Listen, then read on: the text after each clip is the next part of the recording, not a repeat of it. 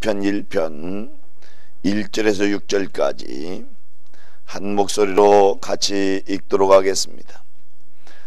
복 있는 사람은 낙인의 꾀를 좇지 아니하며 죄인의 길에 서지 아니하며 오만한 자의 자리에 앉지 아니하고 오직 여호와의 율법을 즐거워하여 그 율법을 주야로 묵상하는 자로다. 저는 시냇가에 심은 나무가 시절을 쫓아 과실을 맺으며 그 잎사귀가 마르지 아니함 같으니 그 행세가 다 영통하리로다. 악인은 그렇지 않으며 오직 바람에 나는 겨와 같도다. 그러므로 악인이 심판을 견디지 못하며 죄인이 의인의 회중에 들지 못하리로다. 대저 의인의 길은 여호와께서 인정하시나 악인의 길은 망하리로다. 아멘.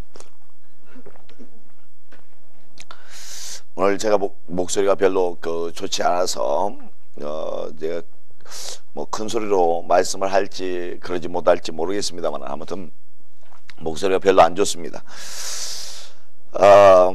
우리가 복이 있다, 사람이 복이 있다라고 하는 관점을 여러 가지 관점으로 생각을 해봐야 됩니다. 예를 들어서 지금 현재 우리가 살아갈 때 복이 있다라고 얘기할 때는 돈 많이 버는 것을 복이 있다라고 얘기하는 경향들이 우리 한국인들에게는 굉장히 많습니다. 그런데 그런 것도 조건이 되겠죠. 일부의 조건이 되겠죠. 그런데 아무리 돈이 많아도 그 가운데 평안이 없다라고 하면 그것은 복이 있는 게 아닙니다. 억만금을 갖다 준다 할지라도 그 가운데 마음의 평안과 마음의 기쁨이 없으면 그것은 아무것도 아닙니다. 많은 사람들이 그런 외적인 조건을 가지고 복이 있다라고 얘기를 합니다. 그리고 또 한 가지는 우리가 세상적으로 잘 되는 사람들을 복이 있다라고 얘기를 합니다. 세상적으로 잘 되는 사람들. 그런데 실제로 이제 그렇게 따지다 보면 진짜 복 있는 사람들은요, 세상적으로 잘 되는 것이 아니라 하나님이 함께함으로 모든 일에서 하나님의 역사함을 받는 사람들이 복 있는 사람들입니다. 하나님의 역사함을 받는 사람이 복 있는 사람들이에요. 그러니까 예를 들어서 이 땅에 살아가면서 부유하게 살아간다 라고 하는 것 참 복 있는 사람입니다. 그러나 그 한 가지 조건만 복 있는 것이 아니라 내가 부유하지 못하다 할지라도 힘들고 어렵게 산다 할지라도 그 가운데 하나님이 함께함으로 말미암아서 마음에 평안이 있고 마음에 기쁨이 있고 마음속에 감사가 있다라고 하면 그 사람은 복이 있는 사람입니다. 여러분, 다윗이 왕이 됐기 때문에 복이 있는 사람입니까? 저는 그렇게 보지 않습니다. 그는 평생을 살면서 하나님 앞에 기도한 시편을 보면 그가 자기 자신을 왕이라고 표현한 적은 별로 없습니다. 시편에 보면 한두 개 정도만 자기 자신을 왕이라고 표현했고요. 자기 자신을 전부 다 뭐라고 표현하는 거니? 하나님의 종이라고 표현합니다. 자기는 하나님의 심부름꾼이고 하나님의 종이고 하나님이 함께 하시고 하나님이 역사하시고 이것 때문에 기뻐하고 이것 때문에 감사하고 이것 때문에 하나님 앞에 영광 돌리는 것이 자기가 왕이 되었기 때문에 하나님 앞에 감사하고 왕이 되었기 때문에 하나님 앞에 영광 돌리고 왕이 되었기 때문에 내가 이렇게 잘 됐으니까 하나님 이 잘된 것 하나님께서 역사해 주셔서 잘 됐습니다 라고 그렇게 고백한 것은 별로 시편에 나타나지 않는다라고 하는 겁니다. 우리가 살아가면서 만사형통의 복을 받는다라고 하는 것도 마찬가지입니다.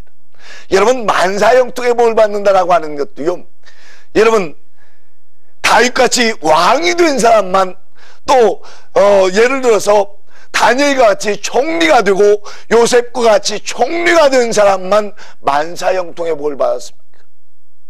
아닙니다. 바울은요, 그가 예수를 믿으면서 고난의 시작을 받았습니다. 예수 믿기 전에는 그는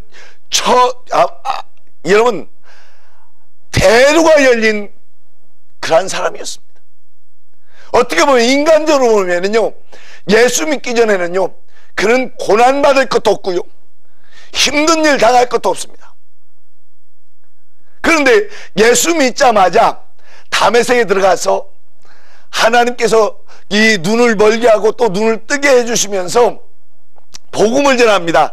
자기가 핍박했던 예수가 진짜 살아계신 하나님의 아들이고 메시아다라고 하는 것을 증거하기 시작합니다. 그 증거하기 시작하면서부터 그가 뭐하기 시작합니까? 도망다니기 시작합니다. 사람들이 그를 잡아 죽이려고 하니까 그 다메섹 성에서요, 수레바퀴를 타고 내려와서 도망갑니다. 여러분, 도망자의 신세가 됐습니다. 그런데 그가 한 번도 자기가 불행하다, 자기가 슬프다, 자기가 고난 가운데 있다 라고 얘기한 적이 없습니다. 자기가 매를 맞아도 기쁨이 있고, 매를 맞아도 주님을 위해서 산다라고 하는 그 기쁨이 그에게는 충만했다라고 하는 것을 우리는 알아야 됩니다. 그렇기 때문에 우리가 만사형통의 복이라고 얘기하니까, 내가 돈 많이 버는 것만 만사형통의 복이고, 내가 세상적으로 잘 되는 것만 만사형통의 복이라 라고 생각하면 안 됩니다. 우리가 복을 받는다라고 하는 것은 반드시 제일 중요한 것은 하나님이 우리와 함께 하시느냐라고 하는 겁니다. 하나님이 우리 가운데 역사하시느냐라고 하는 겁니다. 그 역사할 때 그 역사하는 통로 가운데 두 가지를 여러분에게 먼저 말씀을 드렸어요. 뭐요? 악인의 꾀를 쫓지 않냐는 첫 번째 것하고요, 두 번째 것, 죄인의 길에 서지 않냐는 두 번째 것을 여러분에게 말씀을 드렸습니다. 오늘 세 번째 것을 여러분에게 말씀하는데, 오만한 자의 자리에 앉지 아니하고 라고 하는 말씀을 드리려고 합니다. 여러분, 오만이라고 하는 말이 무슨 말일까요? 우리 말 그대로 하면 스스로 자만한 것을 오만하다라고 얘기하는 겁니다. 우리 말 그대로 그냥 오만하다라고 하는 말은. 그런데 성경을 잘 보면 그렇게 간단한 말이 아닙니다. 원어를 영어 성경으로 번역한 것을 보면 이 말을 조롱하는 자라고 하는, 오만이라고 하는 것을, 조롱하는 것을 오만이라고 얘기했습니다. 오만한 자라고 하는 것은 조롱하는 사람을 오만한 자라는 거예요. 조롱하는 사람, 남에게 비아냥대는 사람, 남을 멸시하는 사람. 여러분, 가만히 한번 생각해 보십시오. 이 오만이라고 하는 말과, 왜 성경을 번역할 때에, 우리 성경을 번역할 때에 이 비아냥되는 것을 가지고 오만이라고 표현했겠는가라고 하는 걸 여러분 한번 생각해 보십시오. 여러분, 이 비아냥되는 사람들의 모습을 우리는 성경에서 딱 중요한 인물 가운데 하나가 누군군요. 비아냥되는 사람 중요한 인물 가운데 하나가 누굴 것 같아요? 바로 사단이란 놈입니다. 마귀란 놈입니다. 마귀는요, 요한계시록 12장에 보면 마귀에 대해서 얘기할 때 마귀를 뭐라고 얘기하느냐, 하나님 앞에서 날마다 사람들을 참소하는 자다라고 얘기했어요. 참소하는 자. 그러니까 사람들을 잘한 것을 칭찬하고 잘한 것을 드러내는 자가 아니라 잘못한 것을 긁어서 부스럼 만들어서 그것을 부각시킴으로 말미암아서 하나님의 징계를 받게 만드는 자가 바로 사단이다라고 얘기합니다. 그러니까 이 사단의 모습을 얘기하면서 여러분, 요한복음 8장 44절에 보면 사단의 모습을 얘기하면서 뭐라고 해요? 저는 교만하여, 그렇게 얘기합니다. 저는 교만하다는 거예요. 그러니까 사단의 모습의 대표적인 말이 뭐냐? 참소라고 하는 것과 교만이라고 하는 겁니다. 그러니까 그 잠수하는 것과 교만한 것은 이꼬르 되는, 일치되는 것이라는 거예요. 그러니까 우리 성경에 오만이라고 표현한 것이 그냥 오만이라고 표현한 것이 아니라 그런 이유 때문에 오만이라고 표현하고 있다는 거예요. 그러면 사단은 교만해가지고 스스로 높아지려고 했던 자입니다. 그러니까 스스로 높아지려고 하면 하나님과 대적이 되는 거예요. 그러니까 하나님께서는 교만한 자와 대적하신다라고 베드로전서에 말씀하는 걸 보면 교만한 것은 사단의 일이고요, 겸손한 것은 하나님의 일입니다. 근데 하나님의 역사를 만들기 위해서는 이렇게 자기 스스로가 교만해지고 자기 스스로가 높아지고 자기 스스로가 사람을 조롱하고 사람을 멸시하고 사람들을 무시하고 이러한 행태를 보이는 것은 바로 사단의 역사다라고 하는 것을 우리는 알아야 됩니다. 그러니까 하나님의 만사형통의 복을 받으려고 하면 하나님이 우리 가운데 역사할 수 있도록 만들어줘야 된단 말이에요. 내 자신을 만들어가야 된단 말이에요.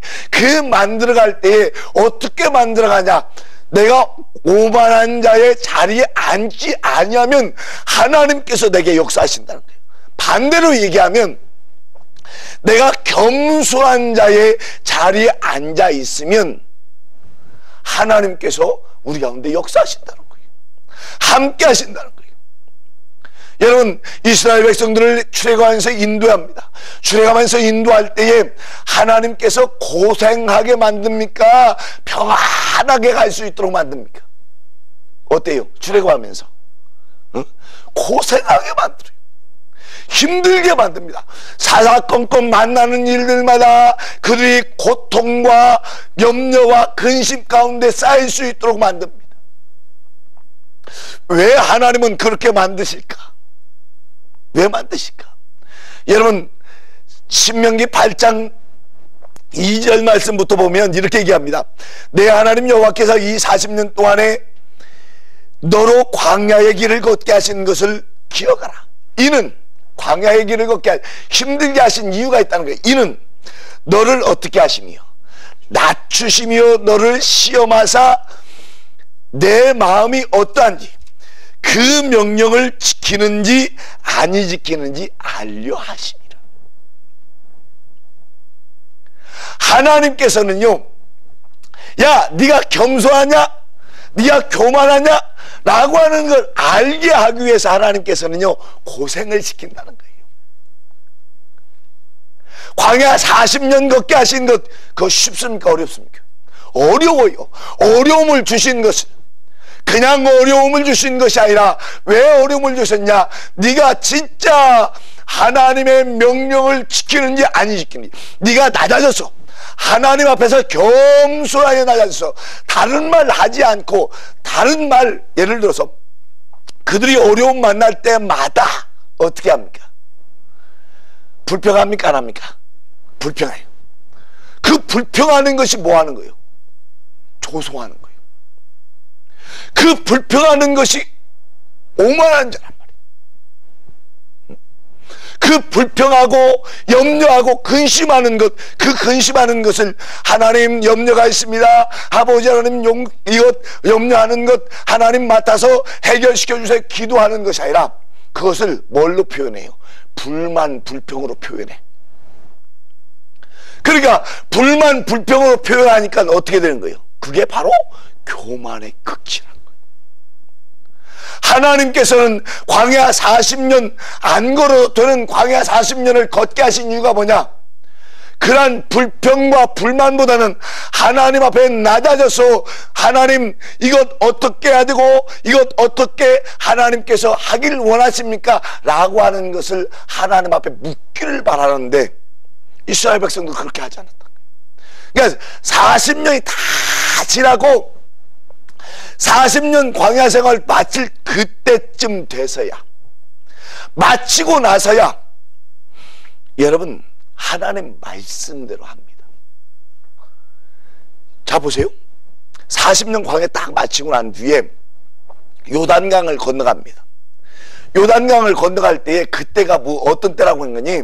4월이요. 요단강을 건너갈 때가 3, 4월 되면 헤르몬산에서 눈이 녹아가지고요 요단강이 범람한 때입니다.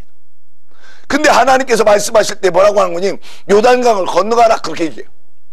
어떻게 건너가라고 얘기하는 거니?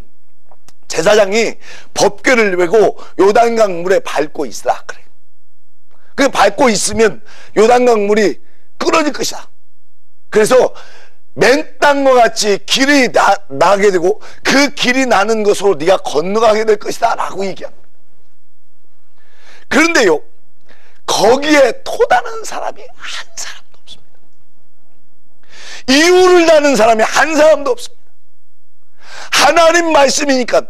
여러분 제사장이 법궤 매놓고 물 위에 서 있다고 해서 여러분 하나님이 역사하지 않으면 그거 끊어집니까? 안 끊어집니까? 하나님이 역사하지 않으면 그 물이 안 끊어집니다. 그러니까 하나님을 믿지 않냐면 다 뭐라고 얘기하겠어요? 불평불만이 가득 차겠죠. 그런데 하나님 믿으니까요 아무도 말하지 않습니다. 그냥 하나님이 하라고 하니까 그냥 해요. 이게 예를 들어서 이론적으로 맞습니까? 안 맞습니까? 이성적으로 맞습니까? 안 맞습니까? 안 맞아요. 이성적으로 예를 들어서 여러분 그때에 물을 건너가려면 다리를 만들어서 건너가든지 예를 들어서 부교를 만들어 가지고 부교를 임시 다리를 만들어 가지고 건너가든지 그렇게 계산을 하고 해야 되는데 전혀 맞지 않게 물을 끊어내겠다는 거예요. 물을 내려오지 못하도록 막겠다는 거예요. 근데 막는 장치도 없습니다. 아무것도 없어요. 단지 하나님 말씀에 제사장이 법궤를 메고 그 물 위에 서기만 하면 된다는 거예요. 아무도 이유를 다는 사람이 없고 제사장이 서는 것만 봅니다. 나머지 사람들은 뭐 하고 있어요? 건너가려고 기다리고 있습니다. 물이 끊어지면. 하나님께서 그 말씀대로 행하니까 물을 위에서부터 딱 끊어놓으니까요 6지처럼 건너갑니다. 아무도 이유를 다는 사람이 없어요. 그게 뭐냐? 바로 그 자신들이 40년 동안 어떻게 됐다는 거예요? 낮아졌다 그 말이에요. 낮아졌다. 그런데 여러분 생각해 보십시오. 여리고를 돌 때도 여러분 하루에 한 바퀴씩 여리고를 돌으라고 얘기합니다. 그리고 7일에는 7바퀴를 넣고 제사장의 양강나팔이 불면 소리를 질러라고 얘기합니다. 여러분 전쟁을 해서 이겨야지 소리 질러서 이깁니까? 그런데 거기에 이유다는 사람 있어요 없어요? 한 명도 없어. 거기 이유다는 사람. 왜 그렇게 해야 되느냐? 왜 무기를 들고 가지 않냐고 그냥 걸어가야 되냐? 법궤를 왜 앞세워야 되느냐? 뭐 해야 되느냐? 이유다는 사람 한 사람도 없습니다. 하나님 말씀대로 6일 동안에 하루에 한 바퀴씩 돌고 제7일에는 7바퀴 돌고 난 뒤에 양강나팔이 불 때 백성들이 소리 한번 뻑 질렀더니요 여리고성이 그냥 무너진 줄 믿으시기 바랍니다. 그게 바로 하나님의 역사예요. 그것은 이론적으로 되는 것이 아닙니다.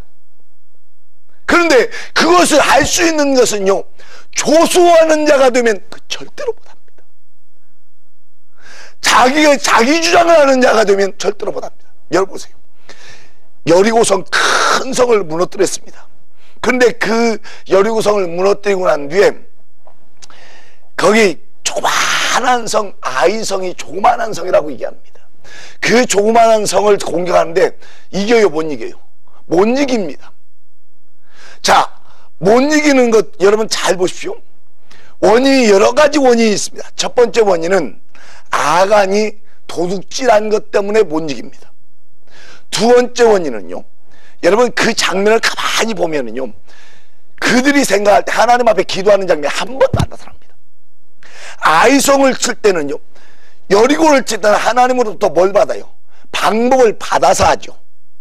근데 아이성을 할 때는요 처음에 아이성을 공격하려고 할 때 자기들의 꾀로 자기들의 생각으로 자기들의 이론으로 그것을 해나가려고 합니다.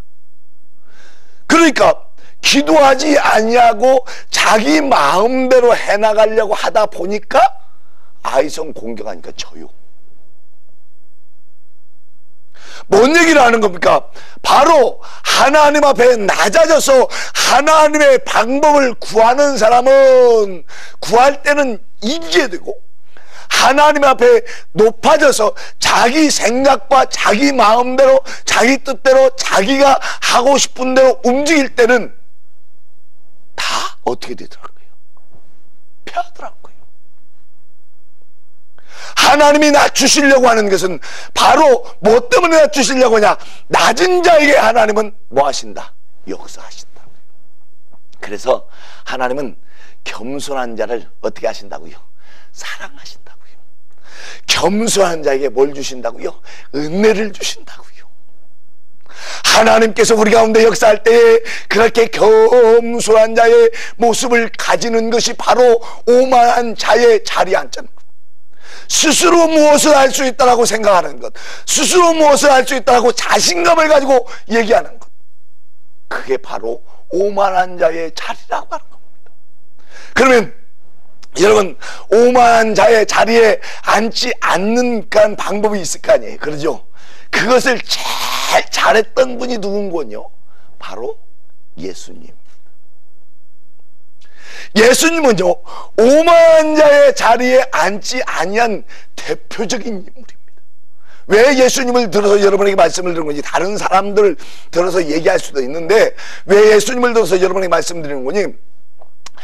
예수님이 말씀할 때요, 지금 요한복음을 여러분 공부합니다만, 요한복음을 공부하면서 얘기할 때 예수님 말씀하는 걸 여러분 잘 새겨 들어보십시오. 예수님이 말씀하는 그 내용들이 다 누구한테 들어서 말씀한다고 그래요? 아버지께 내가 들어서 말씀한다고 그래요. 내가 스스로 말하지 아니하고 아버지의 말씀을 들어서 얘기해. 그 말은 무슨 말인 거냐?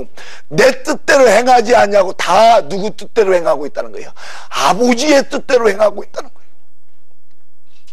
그러니까 그가 어떻게 아버지의 뜻대로 그렇게 행할 수 있느냐라고 하는 걸 우리가 배우면, 우리가 오만한 자의 자리에 들어가지 아니하고 하나님이 역사할 수 있는 그러한 통로를 내가 만들어 놓을 수 있다라고 하는 것을 우리는 기억해야 됩니다.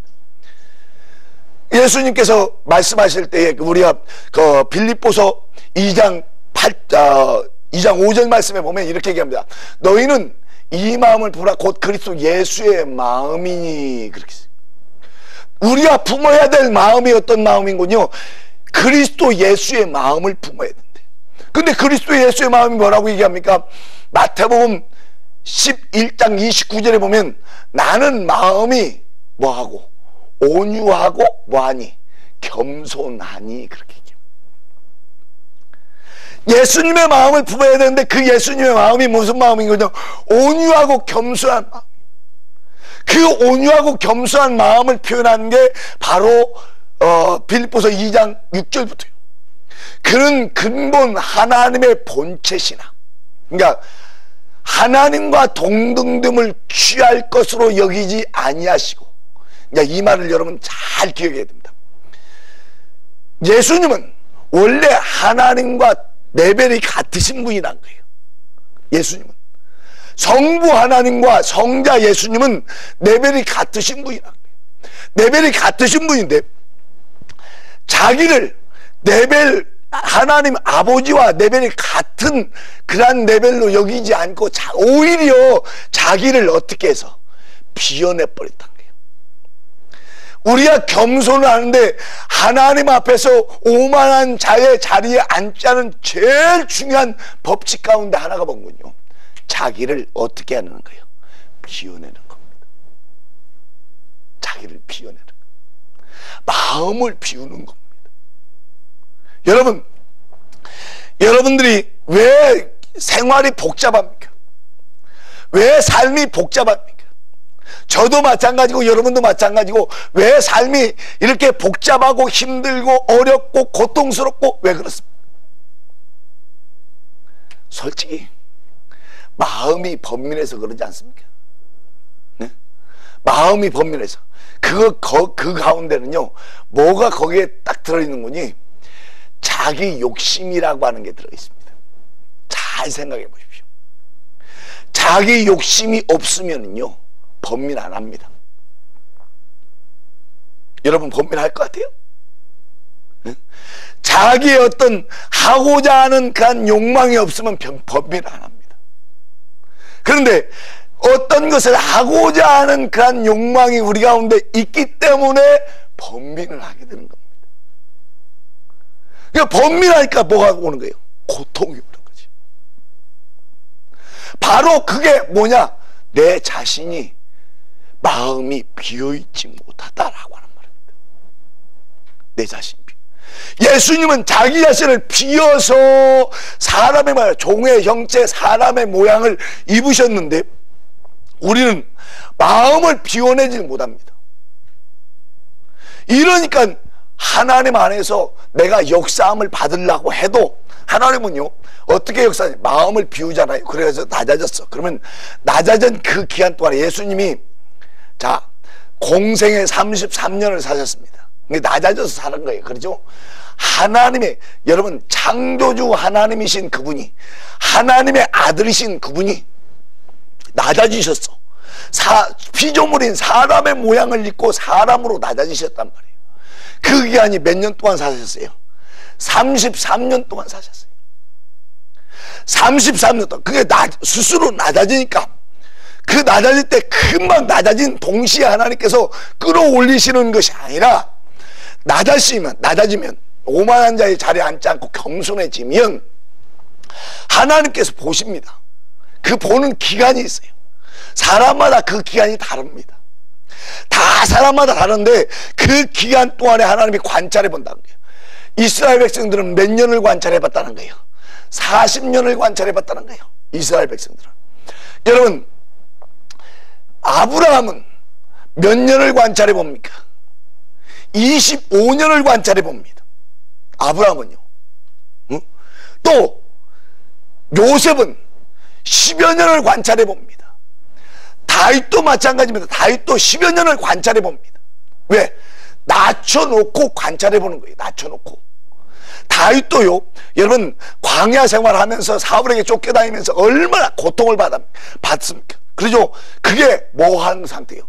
낮아진 상태예요. 낮아져 있으니까, 스스로 낮아져 있으니까 낮아진 상태로 하나님은 예수님도 몇 년을 살펴보고 계신 거예요. 33년 동안 있다가 낮아짐의 극치를 예수님에게 행하라고 얘기합니다. 뭐 하라고? 너 십자가에 뭐 하라고? 죽으라고. 십자가에 죽으라고 그래요.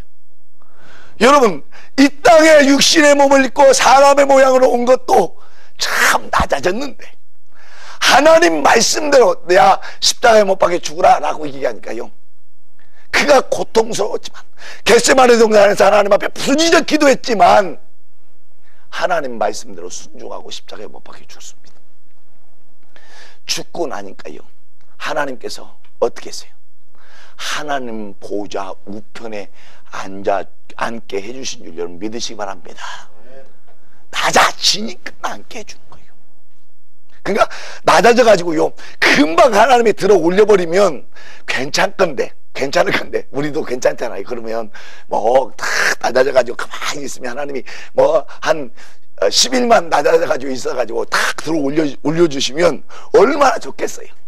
그런데 여러분 다윗도 10여 년, 요셉도 10여 년, 또 예수님도 33년 동안 낮아지게 만드시고 난 후에 하나님께서 때가 참에 그를 들어 올려서 쓰시는 것처럼 하나님 앞에서 우리가 낮아져야 됩니다. 언제까지 낮아지냐? 하나님께서 뭐 할 때까지? 인정하실 때까지 낮아져요.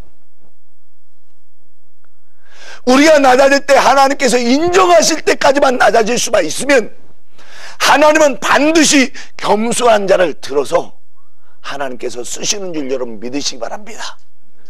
여러분, 여러분의 지금 현재 여러분이 살아가는 그 삶 가운데서 우리 교회도 마찬가지고요, 여러분도 마찬가지고 하나님이 극도로 낮추시고 있다라고 하는 생각이 안 듭니까?